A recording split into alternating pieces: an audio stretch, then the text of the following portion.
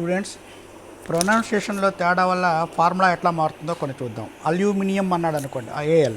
Alumina అంటే అల్యూమినం oxide. Calcium అన్నాడు అనుకోండి, సిఏ. కాల్షియా అంటే calcium oxide. For example alumina అనేది ఫార్ములా అల్యూమినం ఆక్సైడ్ అనమాట, Al2O3. దీన్ని ఎందుకోసం ఉపయోగిస్తారు?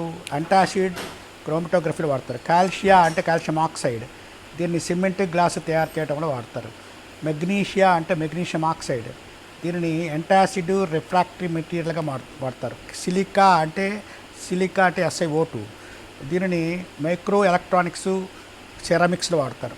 టైటానియా అంటే titanium dioxide, protective coating on capsules, catalyst కాస్మెటిక్స్కి వాడతారు. బేరియా అంటే బేరియం ఆక్సైడ్, దీనిని కలద్దాలు తయారు చేయడంలోని, హాట్ క్యాథోడ్స్ తయారు చేయడంలోని వాడతారు. వేడిగా ఉండే క్యాథోడ్ తయారు చేయడంలో వాడతారు. ఇది ఈ విధంగా మనకి